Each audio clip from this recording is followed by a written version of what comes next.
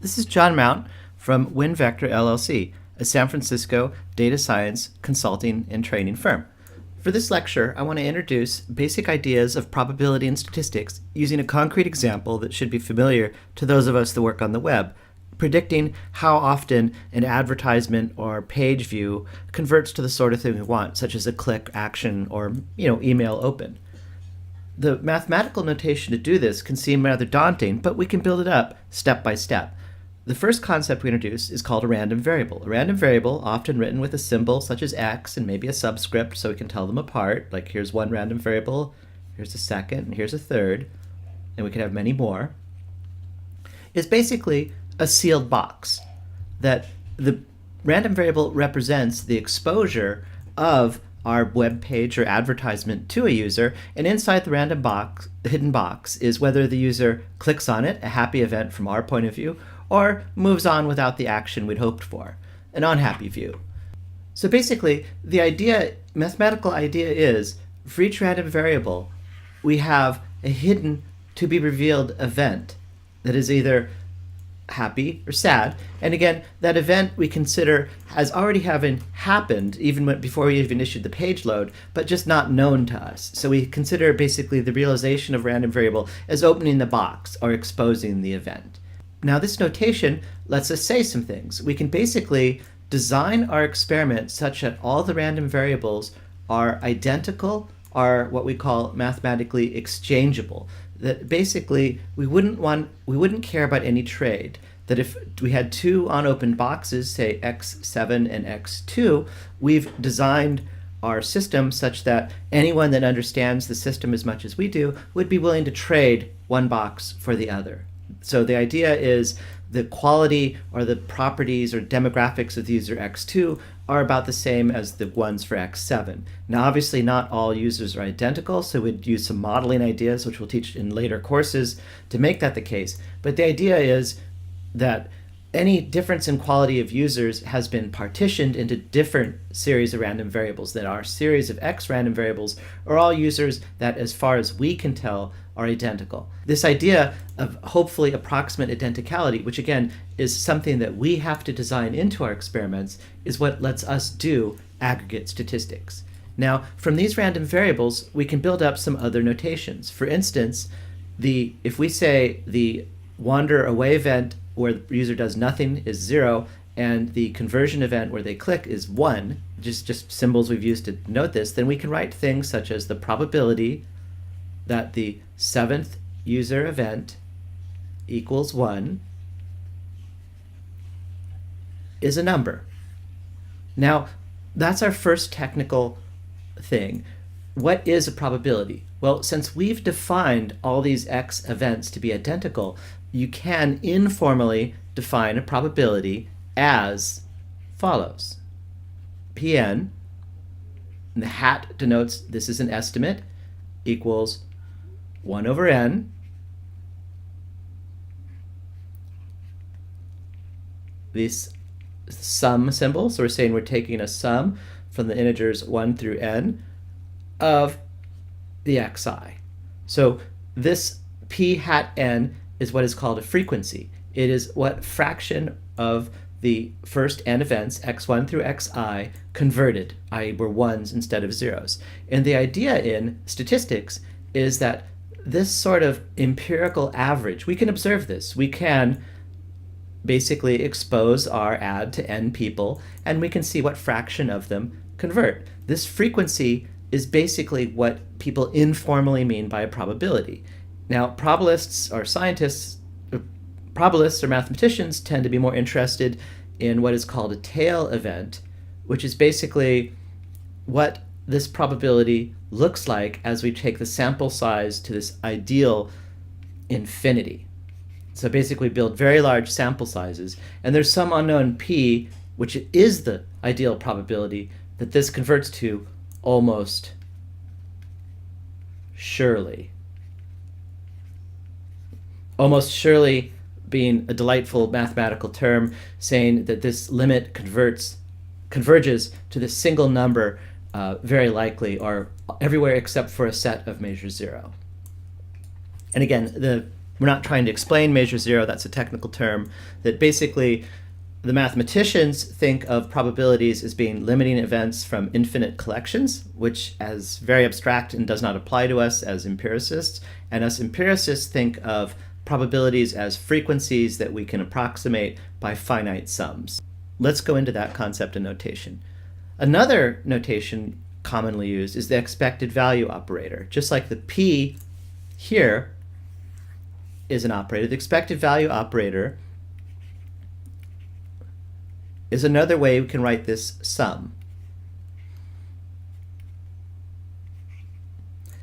So the expected value operator says over all possible instantiations of x1 through xn, so all possible box openings, the expected value of this sum is p. That basically we expect to see this sum hover around the value p. It's a little easier to see if we just look at p1. But again, the formula is usually used in the full generality. So E P estimate 1, and we can say what we're doing the expectation over, what random variables we're working over, though it's traditional just to not show that it's implied.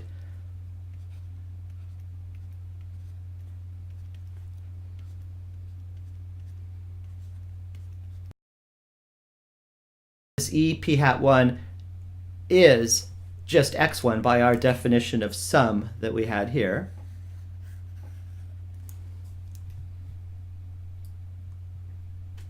And in our ideal world, x1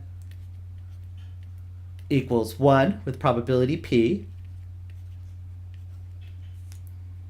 and x1 equals 0 with probability 1 minus p.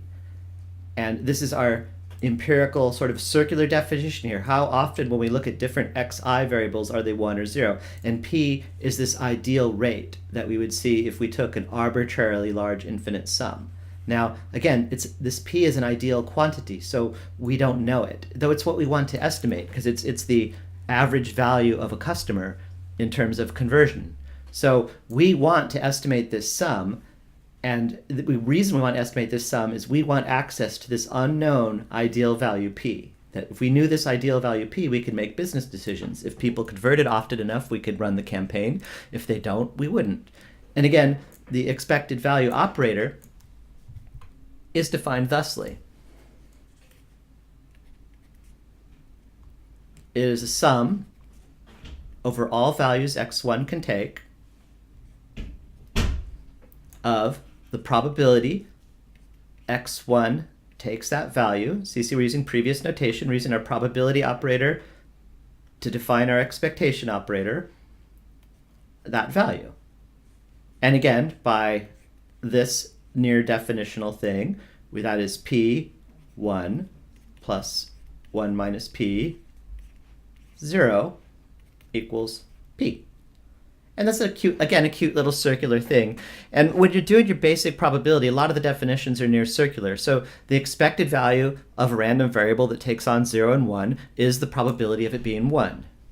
So these near circular definitions let us write things like this. And again, when you're starting with probability, most of your definitions are nearly circular because you're talking about very basic terms and you have very few other terms to write them in terms of.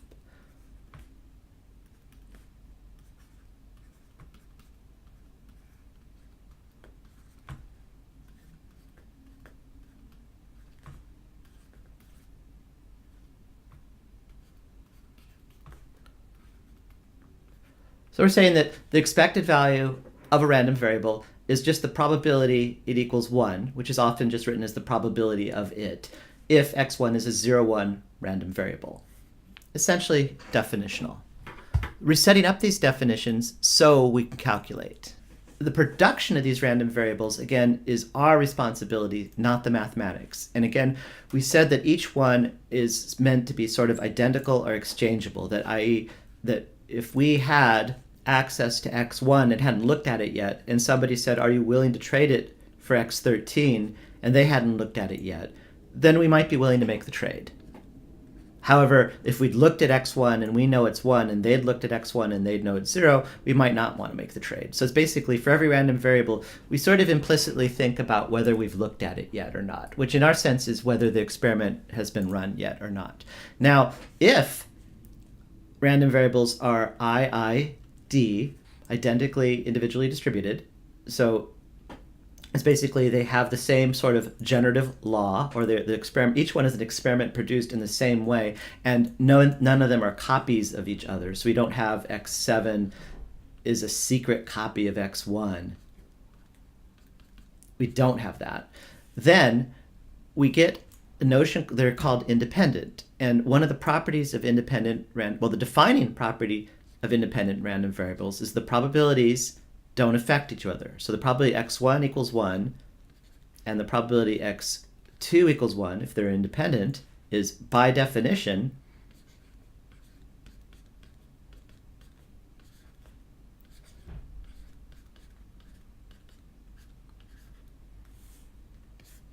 this is essentially definitional. And the way we enforce it is we make sure that nothing about the production of this random event is involved in the production of this random event, except for something we want shared, such as the nature of the website. So this might be a click from a different user than this user. And again, it's about the design of our experiments to ensure this independence is just a structural property of the variables. However, if we have that property, then we get this. This is the expected value of x1 multiplied by x2. Now, by our definitions, this is the sum over all possible values the first variable can take times all possible values the second variable can take of the joint probability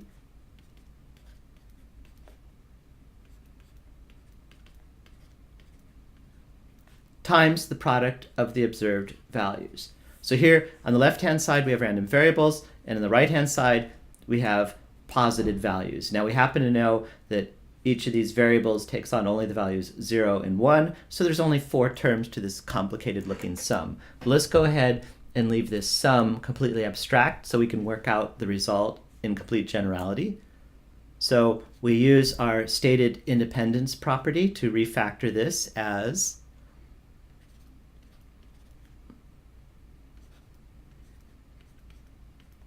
and again, I'm trying to establish each idea we're going to use before we use it, so it looks a little more legit. These are all important ideas, but they all pre-exist our use of them.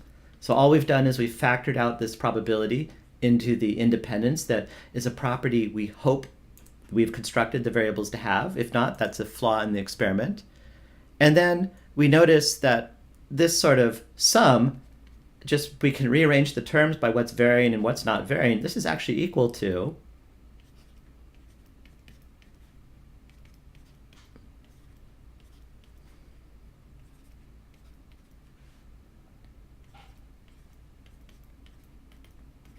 and this is just a property of sums, nothing to do with probabilities. We can drop in some parentheses.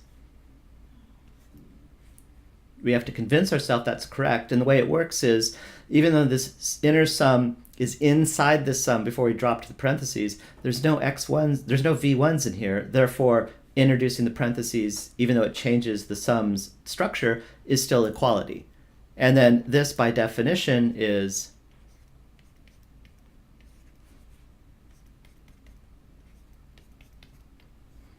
and now we've proven a theorem that ex1, x2 equals ex1 times ex2 if the underlying variables were independent. Now, this is actually slightly a weaker property than the variables being independent. There's ways that the expectations can match like this for variables that snoop or know about each other or are not independent, but it's a one-way implication that if they are independently generated, then you have ex1 equals ex2. Or ex1, x2 is the product of the expectations, and that's incredibly useful. Now we're going to introduce our last operator called variance. Now again, this is for any random variable, so I just not write the subscript this time. But the variance of a random variable is defined as the expected value. So we have this symbol already. Technically, we know what that means. Of the value seen minus the ideal expected value squared.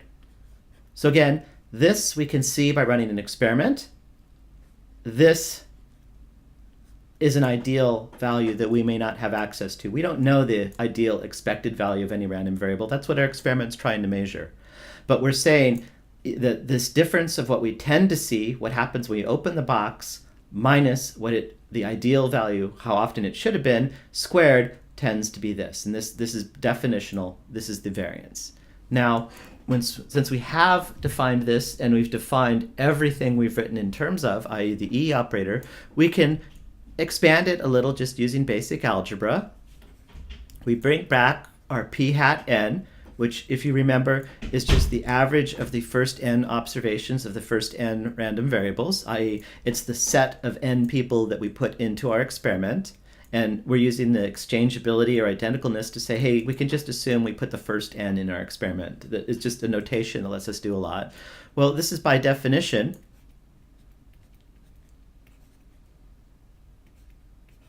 And again, every time we say algebra here, we're just saying substitute in previous definitions earlier in the lecture for what we've got. So here all we've done is we've specialized the random variable from any random variable x to the exact sum we're looking at. And the reason we're doing this is we can see the value of this sum, that we can see this, and we're hoping it's near this. The idea is, we don't know what fraction or frequency people click on our ad. That's what we've been assigned to run an experiment to find out. But we can run that experiment, and this is saying our observed observation tends to be close to the thing we're trying to measure, which is why we can use the empirical estimate of the first n people as a substitute for knowledge of what the overall frequency or probability is. And again, so just pumping through the definition.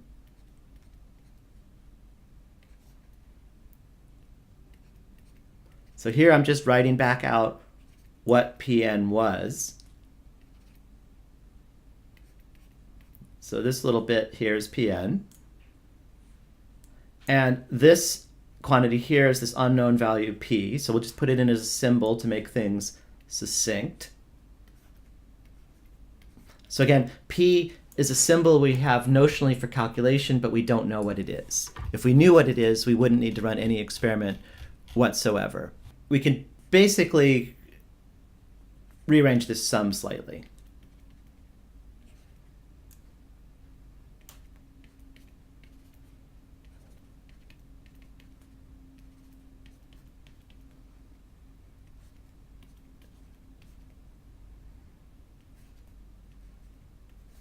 And again, it's just a matter of convincing yourself that these two sums are equal. The idea is when we pulled P into the sum, we get n of them. We only had one when we started, now we have n of them, but we're dividing by n here, so these two sums are equal. And we're seeing basically the expected value, the variance, we're seeing this overall variance is written as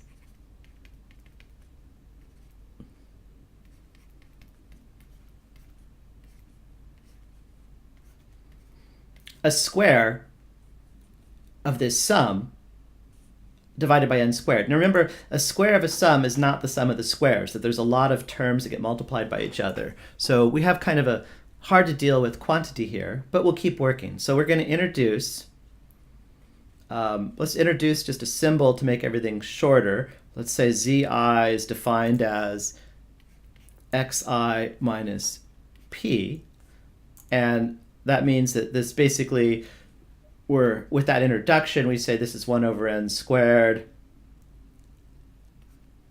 e sum I equals 1 to n.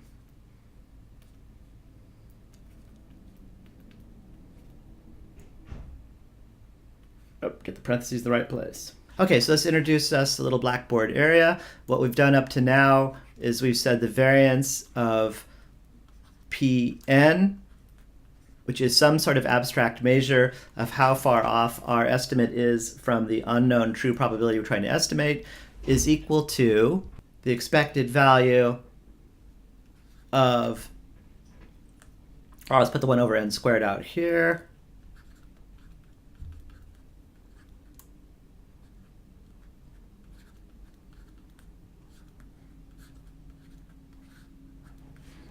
where zi is defined as xi minus p. So basically, zi is how far off each estimate is, and we're saying this composite variance estimate is off from p by this 1 over n squared expectation of the sum of this square of this sum. So let's go ahead and just do some substitution algebra. This is equal to 1 over n squared e. So a square of a sum is also always equivalent to a double sum.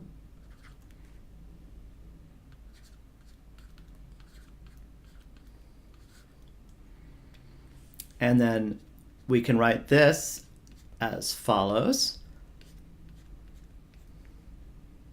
So we're not using any probability or statistics ideas, just basic algebra, which again just means substituting things and using a few facts about sums.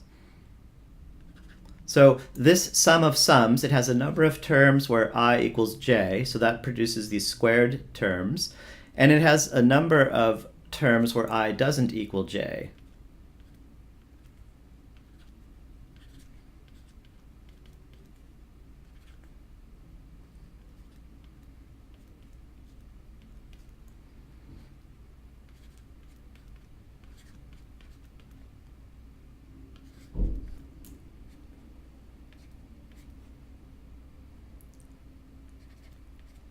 We're going to push things into the expectation operator. We're going to basically substitute the order of the E operator and the sum where it's allowed. Now, one of the most famous facts about the expected value operator is it's linear. The expected value of a sum is the sum of the expected values. So we can split at this plus here, and we can also move each term. So we can say that the expectation of a sum is the sum of the expectation. That is a probabilistic fact and a rather remarkable one. And then we'll pick up all this stuff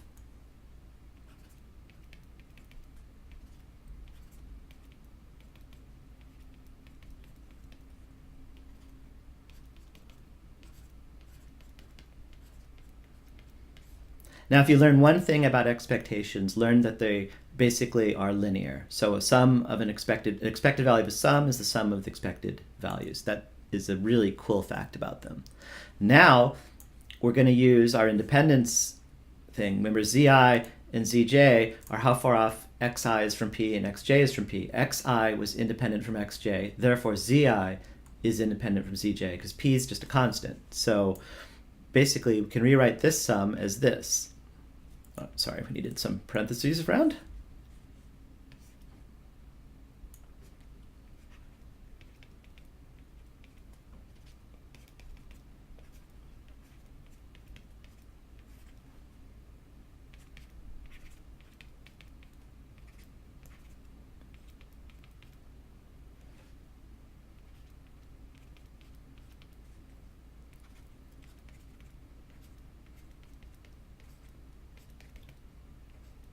So there, we're just using the fact that these two variables zi and zj are independent, therefore the expected value of their product is the product of the expected values. So expected values are always additive, but in the special case of independent variables, they're also multiplicative. Now, look at this. The expected value of zi equals the expected value of xi minus p. We've just substituted zi with its definition, equals the expected value of xi minus the expected value of p. There we're just using linearity, but this was defined as p, and p is a constant. The expected value of any constant is the same constant, equals p minus p equals 0. So the expected value of this is 0, and the expected value of this is 0. Either one of those would be enough to knock out this whole sum. So we get that var p hat n, which is how far off it is from the true value we hope it would be, is 1 over n squared sum I equals 1 to n of e zi squared.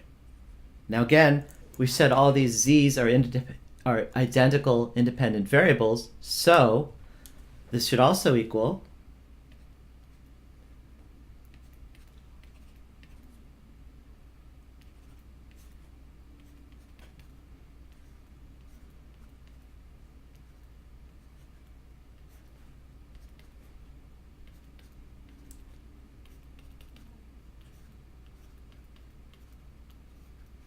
and let's write that again, because that's essentially the punchline of this lecture. The variance of Pn is 1 over n e z1 squared. As your sample size goes up, your ideal variance, how far off you expect on average your estimate to be off in square units, goes down with 1 over n. So that is why larger samples are better. So expected value, p hat n equals p. And again, p hat n is defined as 1 over n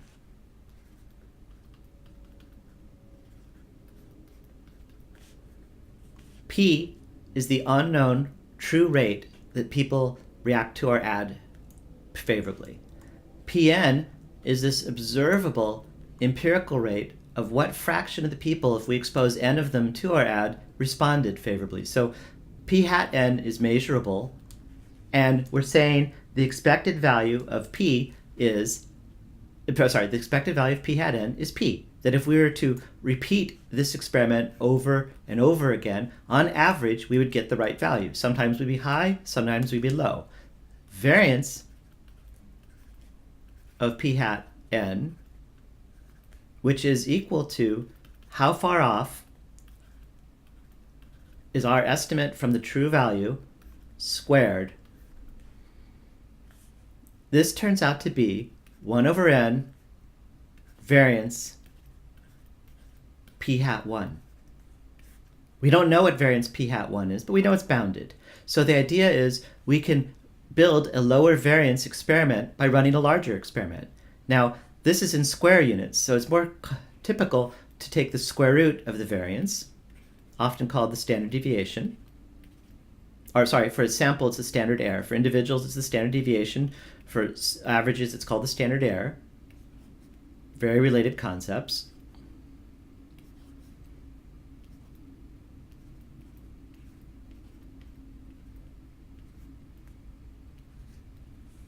But the main thing to notice is the variance of an estimate of size n is 1 over root n, the size of variance of a single estimate. So we can drive this down by building larger and larger estimates.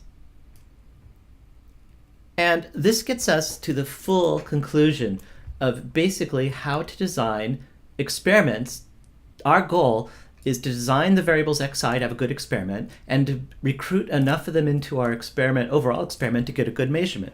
Now, the overall rule of designing conversion experiments is if n is a number of participants,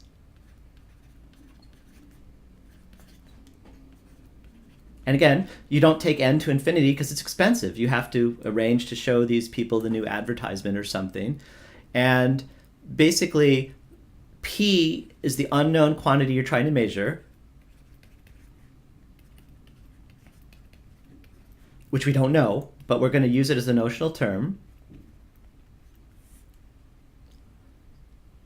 And we're trying to measure, basically, to an accuracy of 1 plus c p to 1 minus c p. So basically, c is our relative error.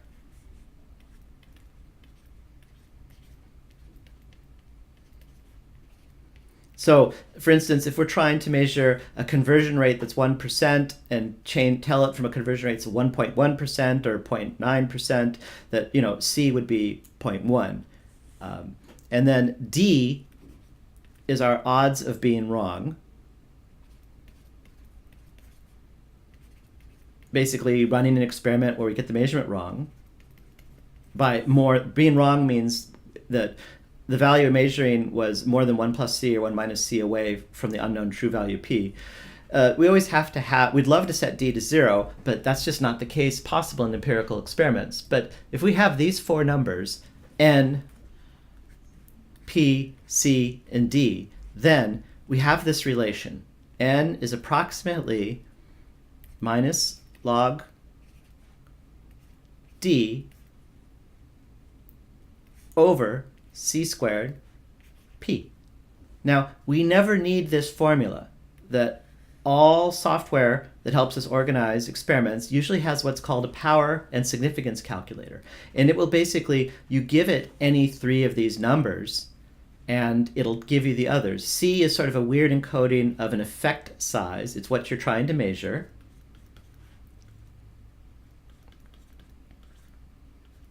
And you see it appears the denominator as a square. The lesson, again, we never have to run this formula, but it gives us all our lessons. This says that measuring small effects is incredibly expensive. As C goes to 0, N blows up, because C is in this denominator as a square. So take a tiny number, square it, then take 1 over that, you get a huge number.